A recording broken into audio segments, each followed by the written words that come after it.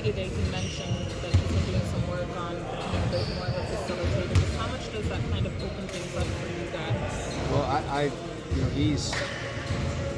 it's really, it's not, you want him to keep doing the things that he's doing, that he's good at, and in addition to that, continue to evolve as a player, to continue to, some of the things that he's working on, whether it's, corner three, dribble handoff, making the ball and driving, all those situations.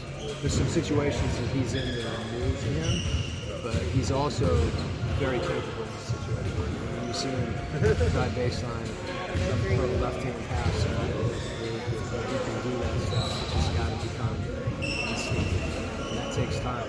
He's putting in the work. I was going to say, it seems like he's a very capable, you mentioned capable, but kind of coachable guy who's just willing to take on anything that you guys throw at him.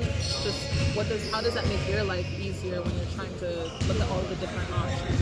Yeah, I think as a coaching staff, to try to identify things that your players, do well and put in those situations. And there's other situations that maybe they're not as comfortable in. Those are things you can work on. You're going to see usually it starts in the individual work situation, and 2 or 3 guys break down combinations, and then 5-on-0 and practice, and then you start to see those things surfacing in the competitive game.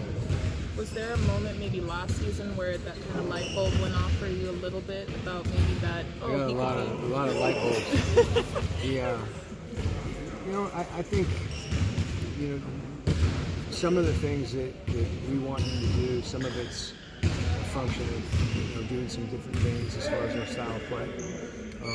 But seeing the summer we were drawing on last year, yes, we see some possibilities. I think the same is true of Quin. We want our our bigs to one of our strengths is picking up. And we want we don't want to go away from it.